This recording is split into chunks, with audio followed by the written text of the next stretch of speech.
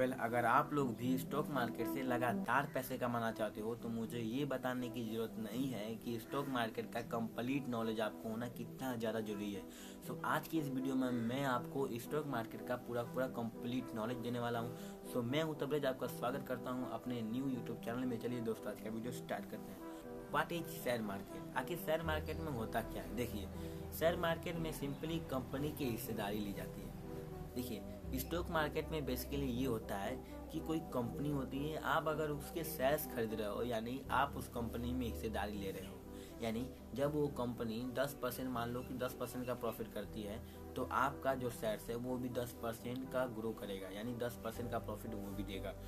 Simply वो shares जो आपने बाय किया है, आपने उस कंपनी में हिस्सेदारी लिया है। आखिर आप सवाल ये आता है कि आखिर वो कंपनी आपको हिस्सेदारी क्यों देती है, यानी कि उसको जरूरत ही क्या है आपको अपनी कंपनी का हिस्सेदारी देने में। देखिए, अब बात ये आता है कि मान लो कि कोई छोटी सी कंपनी है, वो अपने स्पेसिफिक एरिया में ही वो सर्विस दे रही है, ठीक है।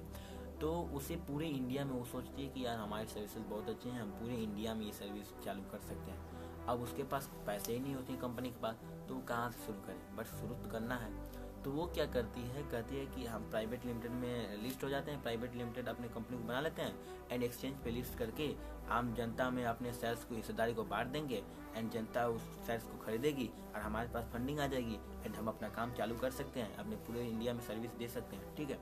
तो यही एक सिंपल सा रूल है जो मैंने आपको शॉर्टकट में बता दिया। यही चीज़ होता है जब पहली बार कोई कंपनी शेयर मार्केट यानी एक्सचेंज के ऊपर लिस्ट होती है, NSE BSE पे अगर लिस्ट होती है जब पहली बार कोई कंपनी, तो उसे बोलते हैं IPO, इनिशियल पब्लिक ऑफरिंग। आप IPO में जब अपना पैसा निवेश करते हो तो कंपनी के पास फंडिंग जाती है एंड कंपनी उससे अपना काम करती है, ठीक है। तो ये बात तो हो गई कि कंपनी अपने मार्केट कैप को बढ़ाने के लिए, सर्विसेज को पूरे इंडिया ज़्यादा फैलाने के लिए फंडिंग उठाती है मार्केट से एंड आपको उससे हिस्सेदारी मिल जाती है कंपनी की, ठीक है। अब बात यह है कि आखिर स्टॉक मार्केट में जो चार्ट होते हैं, चार्ट जिससे आप प्राइस का अनुभव करते हो कि प्राइस ऊपर जा रही है नीचे जा रही है, वो आखिर किसके हाथ में होती है?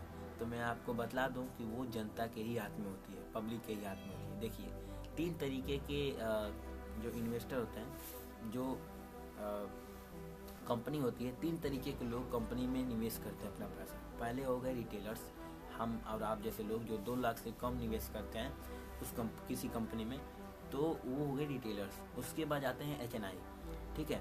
उसके बाद आते हैं रिटेलर्स। तो 3 लोग जो हैं, 3 कैटेगरी है, ये तीनों कैटेगरी शेयर मार्केट में पैसा लगाती है, ठीक है। रिटेलर्स मतलब बहुत बड़े बड़े लोग, जैसे LIC ने उस कंपनी में निवेश कर दिया अपना पैसा, तो बहुत बड़ी कंपनी ने निवेश किया है। तो इसी तरीके से वो अपना निवेश का एक पोर्टफोलियो है कि इस रेंज में अगर आप इस रेंज से इस रेंज के बीच में अगर निवेश करते हैं तो आप इस कैटेगरी में आएंगे, रिटेलर्स कैटेगरी में।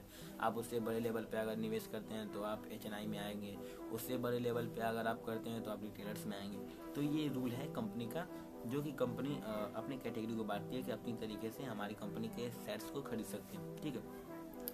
अब बात ये करते हैं कि जो चार्ट होता है वो कंट्रोल हमारे हाथ में कैसे होता है। देखिए, चार्ट का जो मूवमेंट होता है वो डिमांड एंड सप्लाई, ठीक है, एंड जो कंपनी का परफॉर्मेंस है एंड जो न्यूज है, इन बेसिस पे डिपेंड करता है। देखिए, सप्लाई एंड डिमांड आपके ही हाथ में है। जब आप किसी कंपनी के स्टॉक को ज़्यादा खरीदने लगते हो एंड बेचने वाले कम हैं, तो आप डिमांड क्रिएट करते हो एंड जब डिमांड क्रिएट किया जाता है होता है एंड सप्लाई कम होती है, तो प्राइस जो है भागती है ऊपर की तरफ।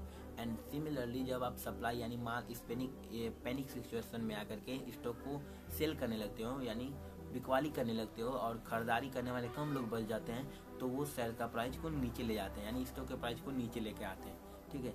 और सिमिलरली आप बात करते हैं जो डिमांड एंड सप्लाई का खेल आपने समझ लिया।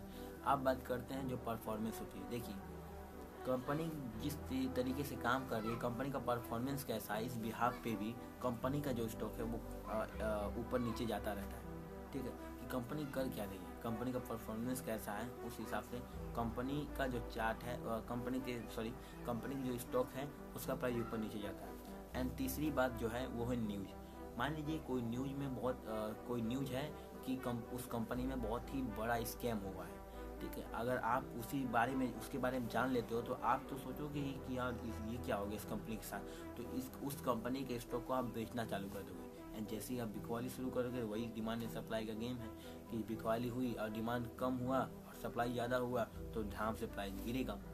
तो ये कंट्रोल आपके हाथ में होता है। चार्ट जो प्राइस का ऊपर नीचे जाना होता है वो, यानी जो प्राइस ऊपर नीचे जा रही है वो उसमें आपका कंट्रोल है। यानी आप देखते होंगे कि किसी FIDI ने ज़्यादा पैसा मार्केट में लगा दिया, मार्केट धड़ाम से ऊपर जाता है, एंड पैसा निकाले तो धड़ाम से गिर भी जाता है। तो ये पैसे का खेल है कि जितना पैसा आप लगाओगे तो डिमांड क्रिएट करोगे, एंड सप्लाई कम होगा तो प्राइस ऊपर जाएगा।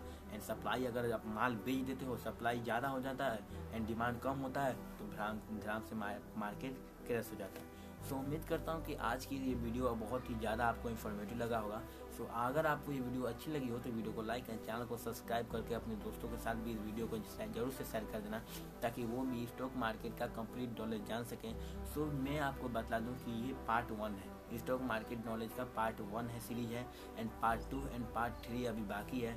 सो इसीलिए वीडियो को लाइक एंड चैनल को सब्सक्राइब करने के साथ साथ बेल आइकन को भी ऑल पे सेलेक्ट कर देना, ताकि आने वाले लेटेस्ट वीडियो की नोटिफिकेशन आपको मिल सके सबसे पहले। सो उम्मीद करता हूँ कि आपने वीडियो को लाइक एंड चैनल को सब्सक्राइब कर दिया होगा। सो मिलते हैं अगले वीडियो के साथ, तब तक जय हिंद, वंदे मातरम, बाय।